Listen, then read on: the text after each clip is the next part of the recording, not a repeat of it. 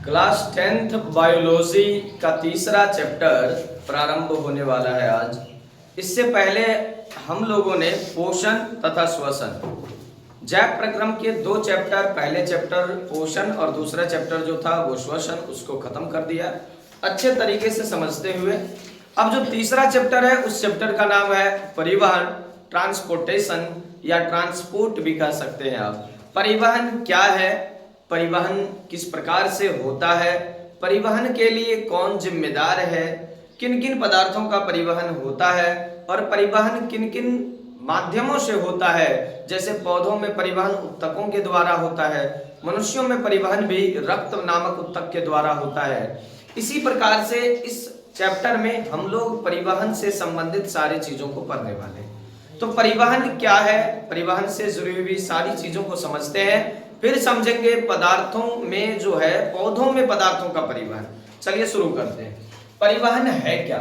परिवहन है उपयोगी एवं आवश्यक पदार्थों को, क्या उपयोगी एवं आवश्यक पदार्थों को उनके मूल स्रोतों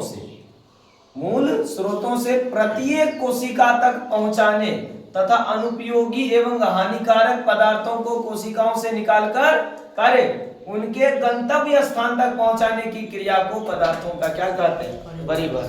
कहने का मेरा मतलब यह है, जिन जिन पदार्थों की हमें आवश्यकता है, ठीक, उसको शरीर में रखेगा, और जिन जिन पदार्थों की आवश्यकता नहीं है उनको शरीर से बाहर का रास्ता दिखाएगा ना। तो जिन जिन पदार्थों को शरीर की आवश्यकता है, जिन जिन पदार्थों की, वो एक जगह से दूसरे जगह जाती है कोशिका में बनने के बाद, और जिन पदार्थों की आवश्यकता नहीं है वो कोशिका से निकलकर शरीर से बाहर निकल जाती है। इसी घटना को हम लोग कहते हैं परिवहन। जैव प्रक्रम का तीसरा प्रक्रम है, क्या है नाम? परिवहन, ट्रांसपोर्टेशन। फिर से समझिए क्या बोल रहे हैं हम। परिवहन क्या है? उपयोगी एवं आवश्यक पदार्थों को, किसको?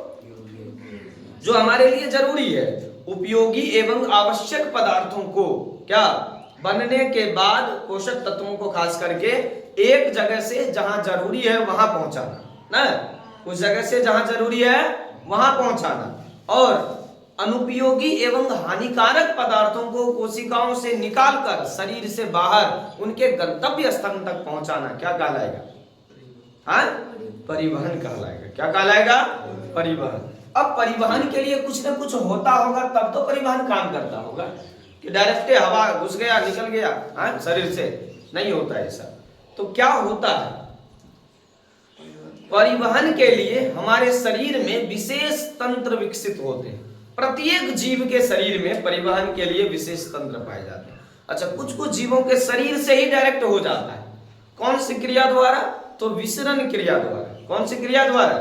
विसरण क्रिया द्वारा। पर इससे पहले विसरण, जब 9th में थे, प्रासरण और विसरण पढ़ रहे थे, तो उस समय इसलिए 9th और 10th ज्यादातर एक समान आपको कुछ कुछ सिलेबस, जैसे अभी हम लिखे इधर जाइलम फ्लोएम में अंतर, आप देख पा रहे हैं उधर उत्तक में भी अस्थायी उत्तक, जटिल अस्थायी उत्तक में दो तरह का उत्तक है, जाइलम और फ्लोएम है।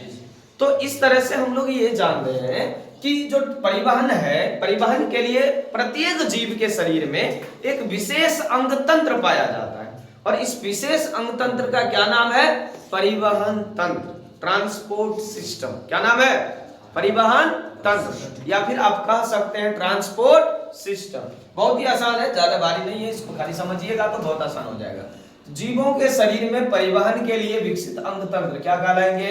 परिवहन तंत्र। आज हम लोग समझने वाले हैं पदार्थ का परिवहन किसमें? तो पेड़ पौधों। पदार्थों का परिवहन किसमें? पेड़ पौधों। सब कोई जानते हैं पेड़ पौधों के बारे में ना। दिख रहा है, इधर जिधर देखिएगा उधर पेड़ पौधा नजर आता है, ऐसे ही दिख जाता है। क्या नजर? हाँ, तुमको भी नजर आता है, तुमको साइकिलों नजर आता है। चलिए देखिए, तो पदार्थों में परिवहन समझ रहे हैं, पौधों में पदार्थों का परिवहन। एक कोशिकीय जीव जो है, कौन सा जीव? एक कोशिकीय जीव, जैसे क्लेमाइडोमोनास और यूग्लिना, या फिर अन्य कोई सरल बहुकोशिकीय शैवाल है। देखिए, एक कोशिकीय जीव जैसे क्लेमाइडोमोनास ना, और क्या, यूग्लिना। इसके अलावे यदि कोई सरल बहुकोशिकीय शैवाल है तो इसमें जो पदार्थों का परिवहन होगा इन सभी जीवों में, वो होगा विसरण क्रिया द्वारा। किस क्रिया द्वारा? तो आप स्पष्ट देखिए, लिखे हैं ना, एक कोशिकीय जीवों जैसे क्लेमाइडोमोनास, यूग्लिना और सरल बहुकोशिकीय शैवाल है, स्पाइरोगायरा वगैरह सब जो है, पदार्थों का परिवहन इसमें किस क्रिया द्वारा होगा? तो विसरण क्रिया द्वारा होगा। किस क्रिया द्वारा? विसरण क्रिया द्वारा। फिर देखिए लिखे जो जटिल और बहुकोशिकीय पौधा है, जो बड़ा बड़ा वृक्ष है, उसमें विसरण क्रिया द्वारा नहीं होता है।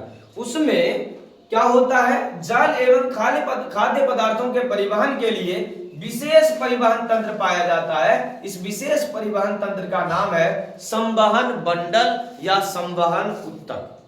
ये किसमें पाया जाएगा? जो जटिल एवं बड़े आकार वाले वृक्ष हैं, पौधे हैं ना, बहुकोशिकीय पौधे हैं खास करके, इन सभी में क्या पाया जाएगा? एक विशेष प्रकार का परिवहन तंत्र जिसे कहते हैं संवहन बंडल। क्या कहेंगे? संवहन बंडल, या फिर कह सकते हैं संवहन उत्तक।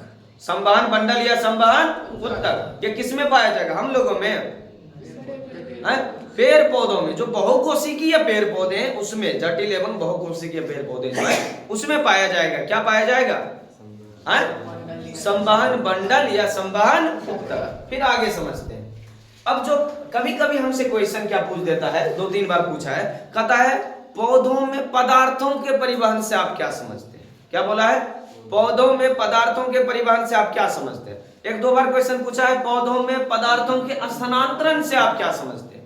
तो पौधों में पदार्थों का स्थानांतरण बोले या पौधों में पदार्थों का परिवहन बोले, बात बराबर है, इसलिए इसको पॉइंट आउट किए हैं। देखिए क्या, पौधों में जल, खनिज लवण तथा तैयार खाद्य पदार्थ या भोज्य पदार्थ का पौधे के प्रत्येक कोशिकाओं तक पहुंचाना ना, जो तैयार हो गया है खाना पीना, फिर मिट्टी से जड़ द्वारा पानी को पूरे कोशिका में, अलग अलग पेड़ पौधों की कोशिकाओं में पहुंचाना, ही क्या कहलाएगा?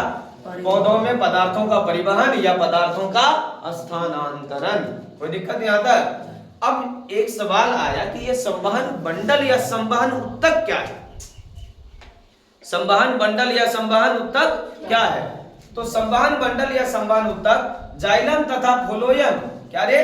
जाइलम तथा फ्लोएम, दारू और बास्ट, दारू और बास्ट, जाइलम तथा फ्लोएम जो दोनों परमानेंट टिश्यू है, जो अस्थायी उत्तक है, उसी अस्थायी उत्तक के सम्मिलित रूप को क्या कहते हैं? संवहन बंडल या संवहन उत्तक। तो जाइलम तथा फ्लोएम दोनों अस्थायी उत्तक के सम्मिलित रूप को क्या कहेंगे? संवहन बंडल या संवहन उत्तक। ये दोनों किसके लिए जिम्मेदार हैं? तो ये दोनों पेड़ पौधों में परिवहन के लिए जिम्मेदार है।